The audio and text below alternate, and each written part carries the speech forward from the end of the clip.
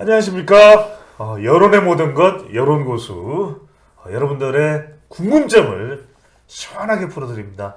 참 힘드시죠? 어려운 일도 많죠. 이제 뭐 올 한 해도 얼마 남지 않았습니다. 2022년. 올 한 해는 좀 좋은 일만 있었으면, 정말 우리가 또 두 번 다시 떠올려야 되는 나쁜 기억은 없었으면, 이런 생각들을 많이 하셨을 텐데 참 세상 만사 그렇게 되지 않네요. 이태원 참사도 있었고 여러 가지 뭐 대선도 있었고 지방선거도 있었고 참 복잡한 일도 많고 정치적인 갈등도 있습니다. 그럴 때 여러분들 힘들 때 여러분 곁에 여론고수가 함께하겠습니다. 자, 그런데 이제 뭐 아직 그 윤석열 대통령의 임기가 얼마 되지도 않았고 또 자기 이 대선을 이야기하기엔 좀 이르긴 하긴 합니다만, 한동훈 장관이 대선 후보로 거론되는 인물들 중에서는 유일하게 지지율이 올랐다. 예.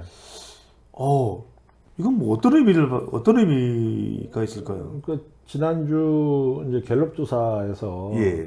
나온 건데, 갤럽 조사는 뭐 차기 대권이라는 표현은 안 쓰죠. 차기 대선이나 뭐 그런 표현은 안 쓰죠. 그냥 대통령감으로. 장내 지지자, 장내 지도자 뭐 호감도, 선호도, 네네. 뭐 이런 식으로 물어보죠. 주관식으로 받는 거죠. 주관식으로 받고, 예. 또 이제 뭐 그래서 이제 그냥 차기 대권 후보 지지도하고는 예. 약간 좀 차별화된 분위기는 있지만, 그래도 뭐 넓게 보면은 뭐 그게 그거죠. 그게 그거고, 그리고 굳이 이렇게 빨리 차기 대선 관련된 인물들에 대한 뭐 호감도든 뭐 선호도든 지지도든 뭐 이걸 조사를 해야 되나 싶은 생각은 들긴 하는데, 뭐 이제 어떤 그 정치권의 전반적인 분위기를 파악하는 예. 데는 또 뭐 이해가 가는 측면은 있죠. 아니 근데 한동훈 장관만 다른 후보들에 비해서 지지율이 올라간 이유가 뭘까요? 뭔가 김의겸 의원을 비롯해서 또 더 탐사 이런 이 무리한 취재나 또 무리한 질문 국정감사장에서 이게 뭔가 한동훈 장관 쪽으로 지지층들이 더 결집하는 효과가 있었다, 이렇게 봐야 될까요? 그렇죠.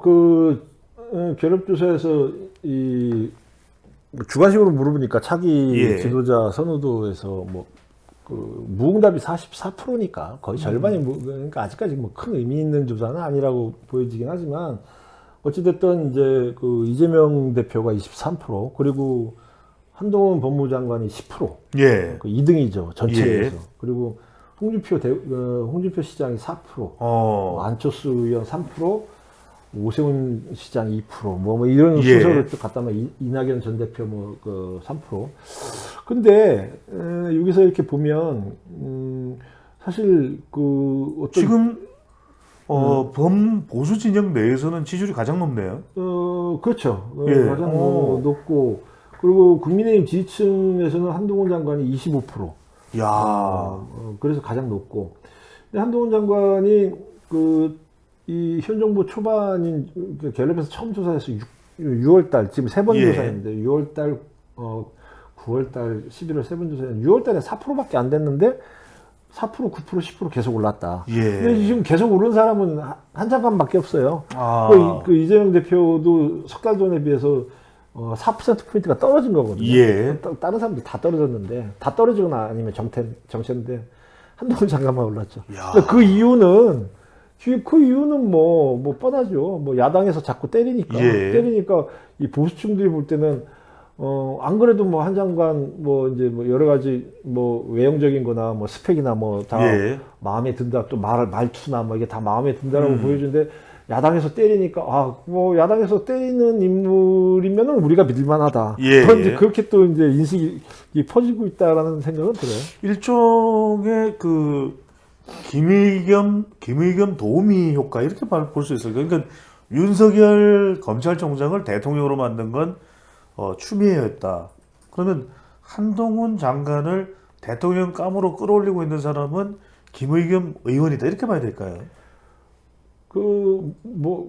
나중에 뭐 대통령 깜으로 끌려오는 깜으로 그건 좀 봐야겠지만 어쨌든 그래서 저는 개인적으로 김의겸 의원이 왜 저런지에 대해서 저 사실 전혀 이해가 안 가는데 물론 이제 이해가 가는 측면은 한동훈 장관의 이제 호감도를 물어보면은 예전에 이제 이 캐스트의 주간조선 조사 결과를 보면 정확하게 50%예요. 그러니까 이제 50%는 호감을 갖고 우리나라 유권자 중에 50%는 비호감이란 말이죠. 근데 캐스트의 조사면 상당히 정확하다는 이야기잖아요. 그렇죠. 근데 이제 거기서 이제 상위권이라고 나온 분들이 홍준표, 오세훈, 이재명 이런 분들도 60%가 다 안 넘어가요. 호감도가 뭐 한 5, 6% 뭐 이 정도인데 어쨌든 50%다. 근데 이제 비호감 야당 지지층에서는 비호감이 1등이에요. 거의 한동훈 장관이. 그러니까 김의겸 의원 같은 경우는 본인을 둘러싼 그렇죠. 야당 지지층들의 환호를 받을 수 있다. 뭐 한동훈 장관을 이제 공격할수록 그럼으로써 이제 다음 선거에서 지금 비례대표니까 뭐 어떤 지역구 공천이나 뭐 여러 가지 그런 면에서 또 유리한 측면이 있을 수 있다라고 계산을 한 것 같은데.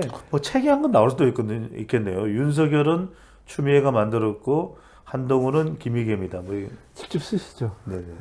혹시 한동훈 장관으로부터 뭐 전화 받으셨어요? 왜요? 아니 이 정도로 분석을 하면 웬만하면 전화 오지 않나요? 저는 정치인한테 전화 한 번도 받아본 적 없어요. 이번 정부 들어서. 그래서 이걸 좀 보시면은 뭐 전화할지 모르겠지만, 뭐 전화 오는 거 별로 반갑지도 않고. 전화번호 모르죠? 누가? 홍 기자님이 한동훈 장관. 알라면 알 수 있죠. 알라면 알 수 있는데. 알라면 알 수 있는데. 굳이 알진 않는다. 굳이 알지는 않죠. 예. 그 전화번호 하는 게 뭐 중요해요. 알겠습니다. 자, 그런데 문제는 뭐냐면은 한동훈 장관이 이렇게 주목도가 굉장히 높긴 한데. 일각에서는 한동훈 장관이 이제 인기가 높으니까 조기 차출술 이런 이야기가 나옵니다. 스타 이펙트를 국민의힘에 좀 가져오기 위해서 한동훈 당대표론 이런 이야기가 나오는데 이건 어떻게 될까요? 그게 이제 여당에서 나온 얘기죠. 예. 그러니까 아까 이제 김의겸 의원이나 이제 야당에서는 한동훈 도움이고. 여당에서 그런 얘기 하는 거 보면은 여당 쪽은 한동훈 끌어내리기인 것 같아요. 한동훈 인기를 깎아먹는 얘기. 그러니까 참 여당, 한동훈 장관뿐만 아니라 한동훈 장관의 대표 차출설이라고 하는 걸 제가 기사를 보면서 느낀 거는 참 없어 보인다. 여당, 국민의힘이. 국민의힘이 그래도 지금 100석이 넘는, 제일, 이제 여당이고, 그 역사와 전통이 있는 정당인데, 수많은 정치인들, 다선 의원들도 많은데, 선거 한번 치러도 안 본, 아직 40대, 법무부 장관을 당대표로 데려온다?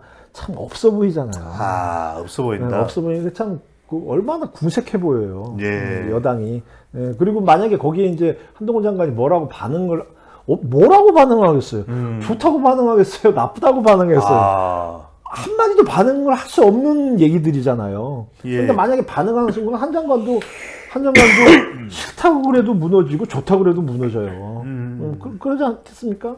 그러니까, 야당은 한동훈 장관을 도움인데, 인기를 끌어올리는 도움인데, 이쪽에서는 한동훈 장관을 괴롭히는 스토커 비슷하다. 이럴 때, 한동훈 장관이 한마디 하지 않을까요? 뭐라고요? 당대표야?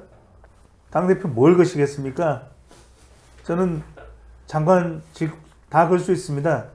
당대표 뭘 걸 수 있습니까? 이러지 않을까요?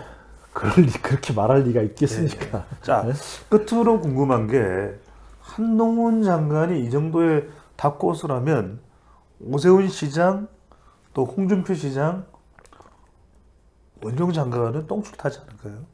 그렇죠. 당연하죠. 그럼 뭐 어떻게 해야 되는 겁니까? 사실 더 유력한 것으로 우리가 평가받아왔던 인물은 오세훈, 홍준표, 원희룡 등등인데, 안철수 등등인데. 안 의원은 약간 좀 예외를 치고 이제 바깥에서 오셨으니까 약간 뭐 본인은 어떤 전략이 있겠지만 약간 예외를 치고 그 오세훈, 홍준표, 원희룡 장관 같은 경우에는 이제 사실 처음에 정권 초기에 뭐 아무리 한동훈 장관이 윤석열 대통령의 이제 최측근이고 오른팔이다라고 해도 아이 뭐 설마 뭐 검사 출신 대통령이 두 번 연속 뭐 하겠나 뭐 그게 유권자의 선택을 받을 수 있겠나 뭐 이제 뭐 그리고 아직 정치 해본 경험도 없는데라고 좀 가볍게 생각했을지 모르지만 지금 순간에 보면은 야 이것 좀 이거 만만치 않다 뭐 이제 그런 느낌을 가질 거예요. 네. 근데 그러다 보니까 이제 요즘 보여지는 현상이 이제 특히 이제